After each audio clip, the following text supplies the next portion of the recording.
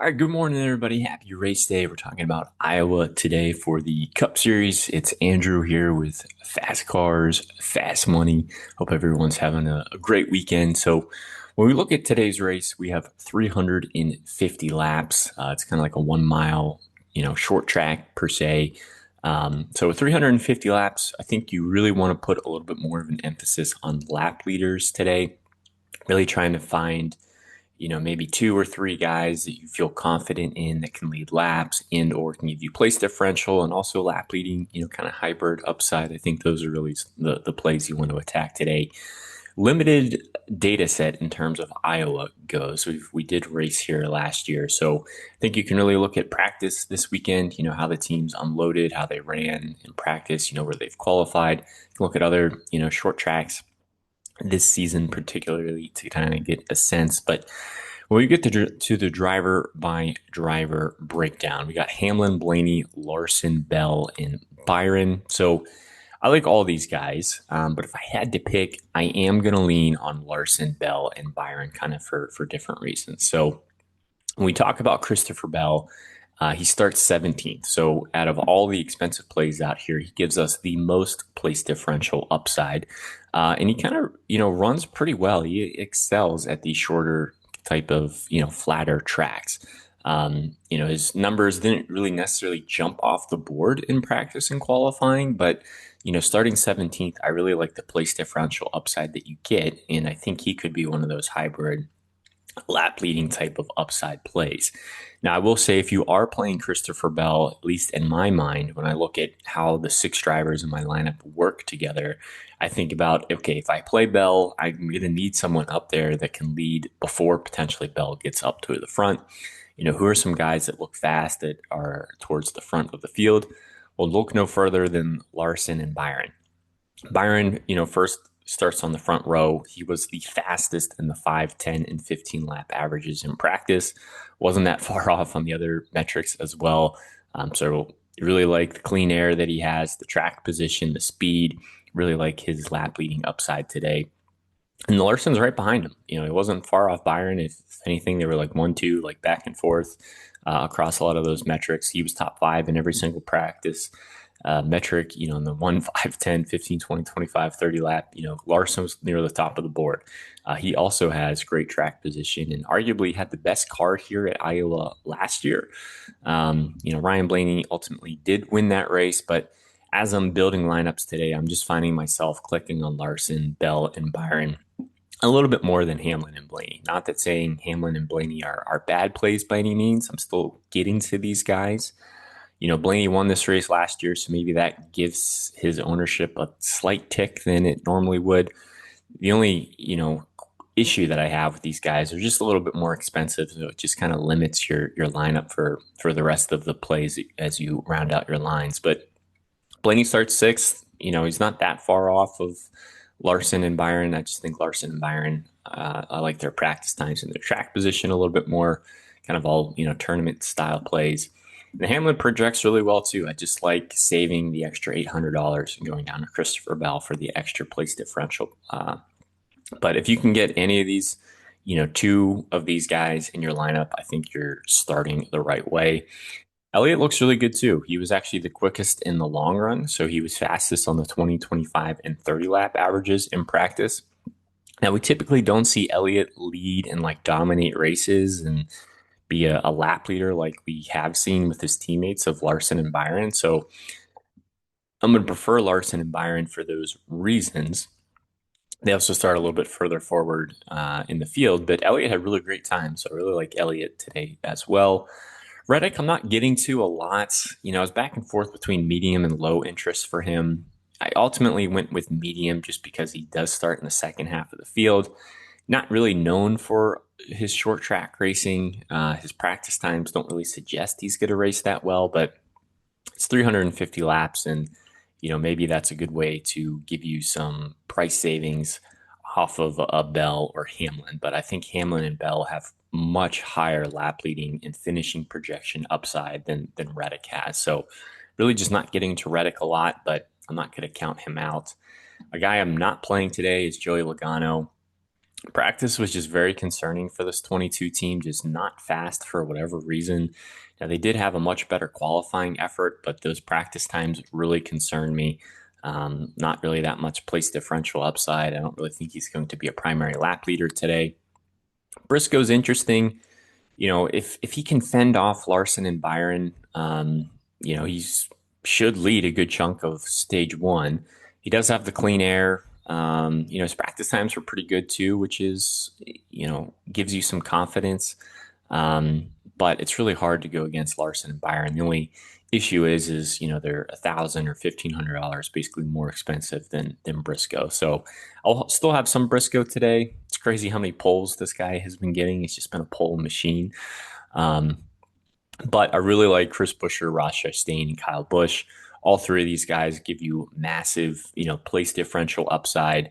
Buescher and Chastain start right next to each other. Will say Ross had slightly better practice times on the long run, so maybe you lean him, but I'm going to have a lot of Buescher and Chastain. And then Kyle Busch, you probably saw, he wrecked his primary car, got loose, went up inside into the outside wall, just completely totaled the car. So because of that, he's going to be in a backup car. He starts DFL. Now, yes, the RCR cars have not been good, but he starts 37th, so you just really need him to finish mid-pack today, and that should work out. But all these guys are likely going to have a lot of ownership, so I think that's really going to put Josh Berry's ownership like nothing almost. I don't really see too many people playing Berry. Now, typically, you would say these types of tracks would suit his racing style, and maybe it's just been really hard to trust Berry. He's just not been very consistent, hasn't really had good speed as of late, and just it's hard to click on Berry when you have all these other plays that project so much higher than him around him. But I really do like Ty Gibbs. I think everyone's going to kind of get sucked into playing Buescher, Chastain, and Busch, so maybe Gibbs potentially gets overlooked. It's only $7,800 for a JGR car starting, mid-pack. Really like the pivot option here, and he was also top 10 in the 10, 15, and 20 lap practice averages. He just won the in-season tournament. He's been showing a lot better speed as of late. You get some price savings off of the Buschers, the Chastains, the Bushes as well. So I really like Ty Gibbs today. I'm probably going to be over the field on Ty Gibbs just to try to get a little bit different. Brad Keselowski, maybe if you're 150 maxing or doing a 20 max, trying to find just a tournament play to get different. Who's a guy that maybe has lap leading upside that maybe not that many people are going to play or are going to really talk about. I think Brad Keselowski makes sense for those types of builds. Now, he did have good speed inside the top 10 across the different practice metrics. He also qualified fifth. So again, a little bit more of a high risk, tournament type of lap leading play to get different, but there's a lot of data there that suggests that he can do it. Hocevar is another guy that's kind of like Keselowski. I just much rather would play Keselowski over Hocevar if I had to pick between the two. Keselowski just had much better practice times than Hocevar did. Really like Bubba Wallace and Alex Bowman. Probably two other drivers I'm going to be over the field on today. Both of them are extremely affordable. They project very well in terms of value. They both had practice times inside the top 10 across the different lap averages. It looks like they give us some good, place differential upside. Bowman's been running really well as of late. Bubba's coming off of a win. I really like Wallace and Bowman today.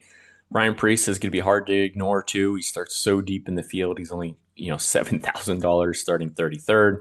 So another way, hey, if you can't get the Buschers, the Chastains, the Bushes, and you just need some price savings, Ryan Preece, I think, makes a lot of sense. Similar type of play there. Now, his practice times weren't great, but, he has been running well this year, and these types of tracks suit his driving style. So I'm hopeful this team will be able to figure it out. Really do not like the 6K range. Cindric starts too far forward. Suarez just has been a back marker car or at least running in the second half of the field for most of the season. AJ Allmendinger just starts too far forward. SVG, yes, he's getting better, but for DFS purposes, starting 21st, there's really not that much upside there. Austin Dillon starts around where I think he's going to finish.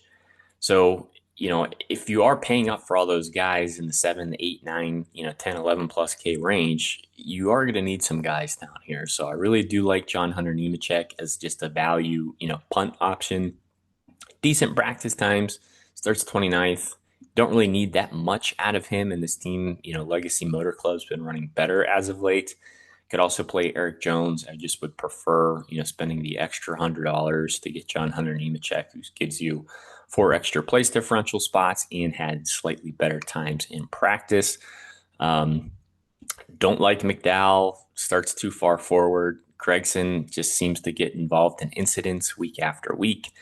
Stenhouse, if you can't afford John Hunter Nemechek, or maybe you don't want to play him, or you're just looking for other guys, I think Stenhouse, Todd Gilliland, and Ty Dillon are probably your next best options. They're all pretty cheap, pretty affordable. Start in the 30s. You don't need that much out of them. They all offer, probably top 20, 25 upside. They give you some place differential points. So because of that, I'm really just not getting to Zane Smith. Rather just play other punt plays that are a little bit safer. Justin Haley starts too far forward. Cole Custer starts too far forward. Riley Herbst starts around where he's likely to get finished. And then I really don't want to get to Cody Ware or Joey Gates today. I'm not anticipating a ton of carnage in today's race. And really the only way those guys work out is if we get a lot of DNFs or, mechanical failures or issues that these guys can work their way forward. So for me, I think it really comes down to, trying to get those different lap leaders, into your lineups, and then trying to see how much salary you have left over to then find those place differential, those value plays that we kind of talked about. So that's going to do it for today's video. If you've made it this far in the video, hopefully you've liked this content. So if you can like this, it's greatly appreciated.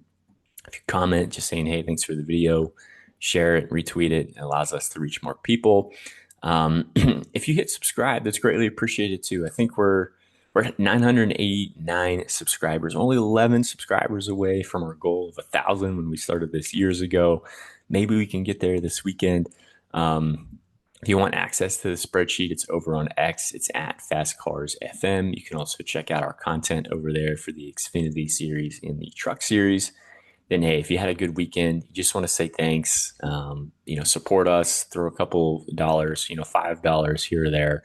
There's a couple of links in the PayPal and Venmo tab on the support tab of the spreadsheet to do so. So that's going to do it. Hopefully this is helpful. Best of luck today, and we'll catch you guys next weekend.